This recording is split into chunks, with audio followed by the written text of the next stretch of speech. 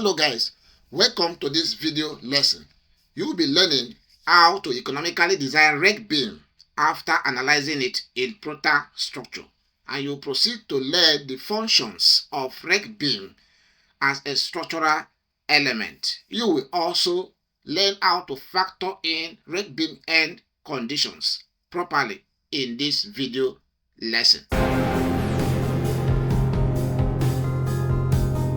So, Rake beam is a very important structural element because of the role it plays in building that required it. So I'll be taking you through the proper way to actually design it economically, and after which we look at its functionality.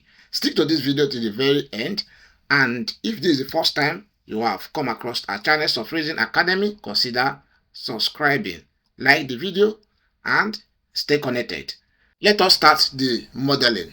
I will navigate to the ST4 right here, and then I enable the 3D view of this model. Alright, so here is the 3D view of this model. We are going to be considering this end side of this structure for the gable beam or Rake beam. Okay, so we are going to be creating additional story from here. I'll select right here on the stories, right click, and then navigate to insert story. So in this provision, I'll insert additional story. I'll give it a name as the 5th story right here, and then I'll maintain 3 meters. I click on the OK option. So I have a story right there. Then we navigate back to the plan view of this story 5, okay, just like this. And then you see this is not a populated story, so let's get back to the populated story, which is the ST4. Okay, so we need to calculate this distance, because this grid line A13 is not at the center point between grid line A5 and A1.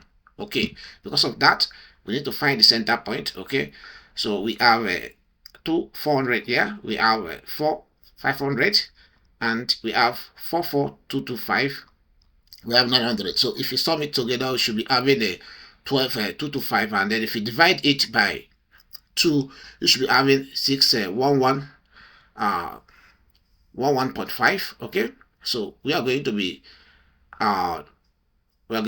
offsetting these green lines to the center of this beam along this green line A2. Okay, so we select on the green line A5 right here, right click, and then use this option of offset.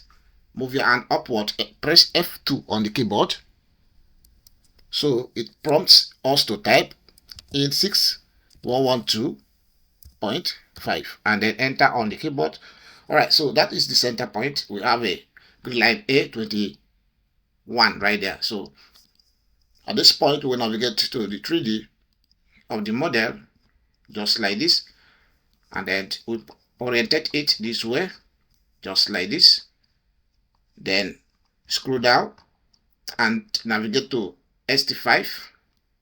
Alright, want to start the modeling right away. I will use this beam right here. I'll select it. So the section is 225 by 300 beam section. I will use the property of that beam.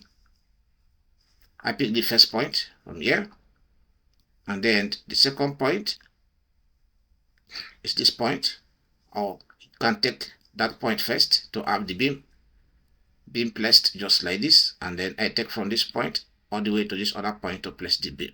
So I'll close the property window. Here we go. So this is the Rake beam.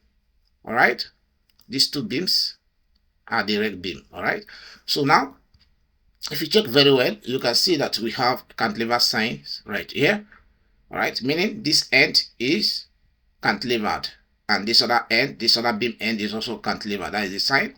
All right, so let us correct the end condition. But before then, I want to be extending this column member to the beam. All right, so I'll have it select just like this, and then I pick on these options of extend columns to member, and then I'll pick the member to have it extend successfully.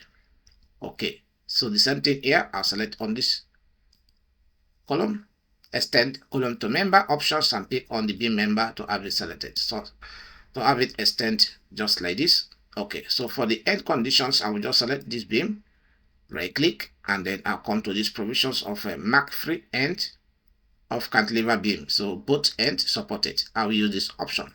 So that is the end condition of these beams. All right, I'll select this and then right click and then proceed and then use the option of both ends supported. So now if you check closely, you can see that the cantilever sign has been removed successfully.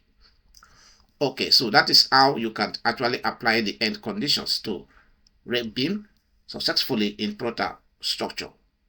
Alright, now I will click to save this model right away, after which we are going to be loading this Rake Beam, okay, because it is actually supporting the pulleys, alright, from the roofing structure. We proceed to this provision of load editor, and then this will take us into the load property. So you can see the red beam right here, which is these two beams that are slopey, all right, and this load we are seeing here is the safe weight of the beams, all right. So we'll be applying uniformly distributed load, these options, and then we'll apply a load magnitude of 2 kilonewton. And then I'll select on this beam right here and select on this one to actually apply this load successfully. I click on the OK options. All right, so this is Protastructure 2026. So each time you load your beams, you have to confirm it by going back to the load editor to be sure that the load is there. All right, so everything is good. I click on the OK option again. So now we'll be carrying out the analysis of this structure so we can design these beams. All right, I will save this model from this provision and then navigate to the analysis tab and then building analysis. Mind you, ordinary material has been selected. We are focusing on the Rake Beam Design. Okay, I'll go straight away to the analysis tab, building analysis. I am going to be analyzing all of the structural elements in this model and as well designing them. So I click on the building analysis.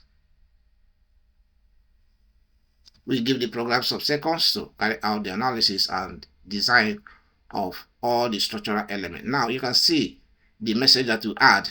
These are the two beams we have here. So we have the F5B1 and then 5B2 at story 5. So these are the two beams we just drew, which are the Rake beams. Okay, the program is trying to mark them as a cantilever beam, and I wouldn't want the program to mark it as a cantilever beam because it is not actually a cantilever beam. Okay, so I have to click on no option. If you click on yes option, the program will mark those beams as a cantilever beam, design them as well as a cantilever beam. So you have to click on no option. So I click on no from here. So analysis is in progress.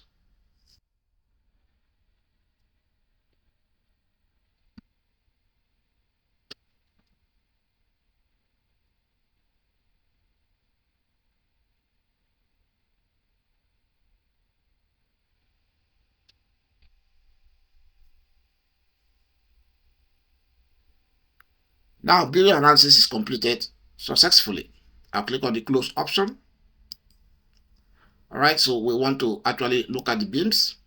So I can decide to go to the beams option right here. So you can see that the two beams has been designed successfully. I can select on the beam options right here and navigate to the ROC beams design active story options to see the beams right here. Then I can also proceed to interactive design. So I'll be able to check the beam properly. Okay, so this is 6 meter beam. All right, and basically, you know, this beam is rested on the block work directly as it sloped down. All right, so we are having some area of steel here, extra area of steel right here as a 320, and then we have the required area of steel. You can see how small it is because of the limited load. Okay, you can also view here the diagram for the bending moment and shear force. You can see the load point for the columns we actually extended successfully. So the moment is not much on this beam, which is not a problem. And then for this, I want to check something at the compression zone of this beam. I want to see if I can get 116 mm reinforcement. I want to check something. So this is against the space provisions in Protastructure. You see why we are having like two support here is because of the columns that actually supported the two columns that is close to the apex of the rake beam successfully. That is why we are having these two supports right here. All right, so you can also see that having one Y16, all right, at the compression zone has actually passed design right here, you know, but for the sake of unforeseen circumstances, we need to make it 2 Y16, and then that is against the space limit. That is why you are seeing the space provision at the top is showing red, because it's against the space limit of Protastructure, of course. So we can go by 2 Y16 for the beam for both top and bottom successfully. So this is the beam. It has been designed. If you want to view the beam detailed drawings from here, you can also view it successfully through this provision. So you can see how the beam is being inclined successfully. So this is how Protastructure is going to give you the details of this beam. All right. So from here, you notice that this beam and this beam, because of the end condition that we applied, they are being locked together as a single beam. All right. So the rake beam is being, you know, connected together as a single beam because we apply the right constraint at both the apex point and then the base of the rake beam successfully, as you can see. So this is the detailed drawing of it. You can see inclined beams, check details, edit as required. All right. So we are good to go, and this is the section of it. You can see it from here. All right. So the design is done properly, and this is the proper way to design rake beam in Protastructure 2026 version successfully. I'll be clicking on the OK options, and then I can click on OK. But before then, you can also check the U ratio. It is very, very low. Okay, which is perfect. All right. I'll click on the boost option from here. Now, let's look at the primary functions of rake beam. Number one is structural support. Of course, it supports the pulleys that extend through the trusses to create roof overhang. All right. Number two is edge definition. It provides a solid surface for attaching fascia board and trims, giving the roof line a clean, finished look. Okay. Number three is load distribution. Of course, it transferred wind load and other roof safe weight, okay, through the beams to the supporting column and as well as the wall successfully. For you to stay connected with us, Soft Freezing Academy, consider subscribing.